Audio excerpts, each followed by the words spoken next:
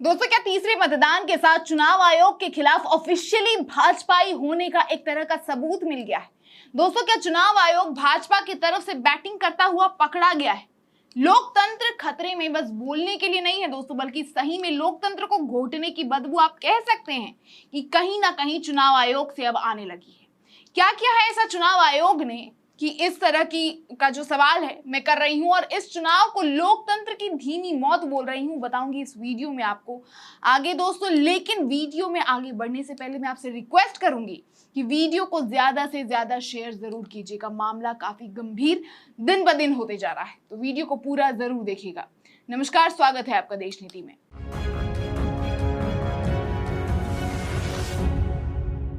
देश नीति, केवल सच्ची और पक्की खबरें। दोस्तों, पहले भाजपा के नेता संघ खुद प्रधानमंत्री मोदी जी के कई सारे इस चुनाव में उन्होंने आचार संहिता का उल्लंघन किया, चुनाव आयोग चुप रहा।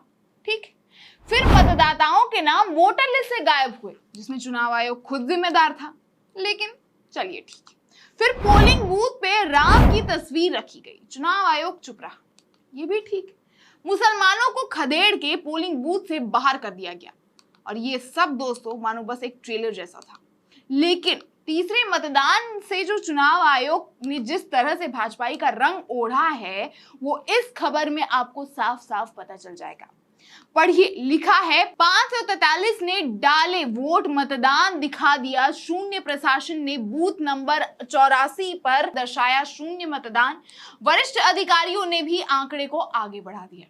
दोस्तों, अगर आपको ये इत्तेफाक लग रहा है तो आपको ये पूरी खबर जो है सुननी चाहिए, ध्यान से सुननी चाहिए, क्योंकि आगरा के बूथ नंबर 84 पर मतदाता लाइन में लगे रहे। सूची और पहचान पत्र से मिलान के बाद मतदाता जो थे उन्होंने वोटिंग मशीन के काउंटर पर वो पहुंचे भी, पसंदीदा प्रत्याशियों के चयन पर बटन भी दबाया, मशीन पे पी की आवाज भी सुनाई दी, मगर बूथ पर बैठे जो कर्मचारी हैं उनको ये पी की आवाज सुनाई नहीं दी और अभिलेख में मतदान दर्ज नहीं किया गया।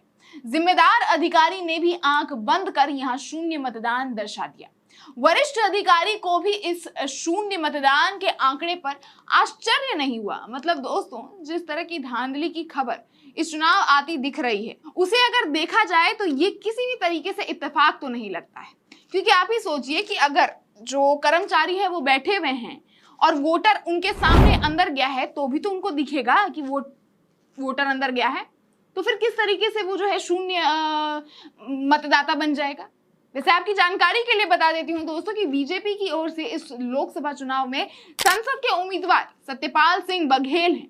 वहीं बीएसपी से पूजा अमरोही और समाजवादी पार्टी से सुरेश चंद्रा करदाम सांसद के उम्मीदवार हैं। दोस्तों, बाह विधानसभा क्षेत्र के सुनसार बूथ में शून्य मतदान हुआ है। अन्य किसी भी बूथ में शून्य मतदान की कोई सूचना हालांकि मिली नहीं है, लेकिन विमल बाल मंदिर स्कूल में डाटा फीडिंग में गड़बड़ी जरूर दिख रही है।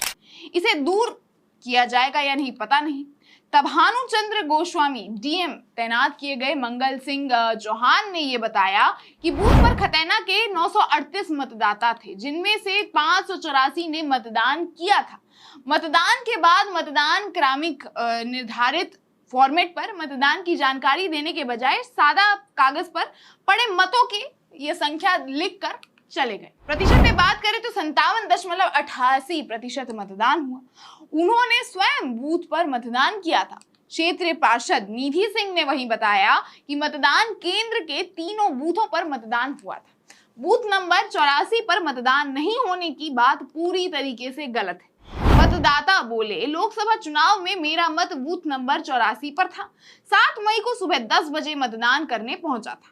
उस समय मेरे बूथ के साथ ही अन्य दोनों बूथों पर भी मतदान हो रहा था। ताराचंद और खतैना विमल बाल मंदिर कन्या हाई स्कूल हमारा मतदान केंद्र था। सुबह 11:45 पे मतदान केंद्र पर मतदान करने हम पहुंचे थे। उस समय कई मतदाता लाइन में ऑलरेडी लगे हुए थे। वहीं दीपक कुशवाहा खतैना सुबह 8 बजे मतदान केंद्र पर मतदान के लिए पहुंच गई थी। वहीं दोस्तों, माया खतैना ने सीधा सीधी जो है चुनाव आयोग से या कहें कि देश के लोकतंत्र पे सवाल उठाते हुए कहा कि उस समय हमारे बूथ नंबर 84 पर 2 से 3 मतदाता लाइन में लगे थे, पता नहीं हमारा वोट कहां चला गया। वहीं धर्म सिंह खतैना ने भी सवाल किया कि विमल बाल मंदिर कन्या हाई स्कूल मतदान केंद्र के कक्ष नंबर 1 में शाम 5:30 बजे मतदान किया था। समझ नहीं आ रहा है कि प्रशासन ने आखिर मतदान शून्य क्यों दर्शा दिया। वहीं इस मुद्दे को दोस्तों समाजवादी पार्टी ने भी ट्विटर के माध्यम से उजागर किया है कि हम लगातार शुरू से कहते आ रहे हैं कि चुनाव आयोग भाजपा के इशारे पर बेईमानी करवा रहा है।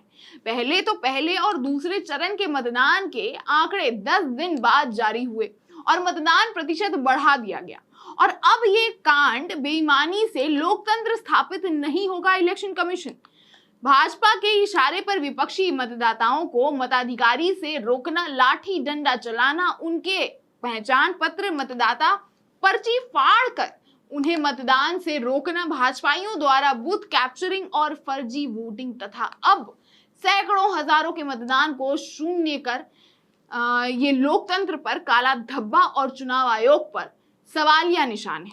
सभी दल और जनता संज्ञान लें और चुनाव आयोग से सवाल करें। दोस्तों, खबर आपके सामने, बतौर पत्रकार मेरी सीमा यहीं तक थी कि आप तक निष्पक्ष खबर पहुंचा सकूं। अब आप ये तय कीजिए कि आप चुनाव आयोग को क्या कहना चाहेंगे। बाकी आप अपनी राय भी हमें कमेंट बॉक्स में बता सकते हैं, और वीडियो अगर पसंद आए तो इसे लाइक करिए और जरूर इसे ज्यादा से ज्यादा शेयर कीजिए। और इस चुनावी माहौल में आपको देश नीति चुनाव के सारे अपडेट देता रहे, चुनाव के अपडेट हम आप तक पहुंचा सकें, उसके लिए आपको देश नीति को सब्सक्राइब करना पड़ेगा। साथ ही आपको बता दूं कि बगल में एक बेल आइकन भी आपको दिख रहा होगा, उसे भी प्रेस कर दीजिएगा ताकि आपको हमारी खबरों का नोटिफिकेशन तुरंत मिल जाए। बाकी आप देख रहे हैं देश नीति, मैं आपके साथ गेटी भाभी। देखते रहे सच्ची और बेबाक पत्रकारिता देश नीति के साथ। धन्यवाद।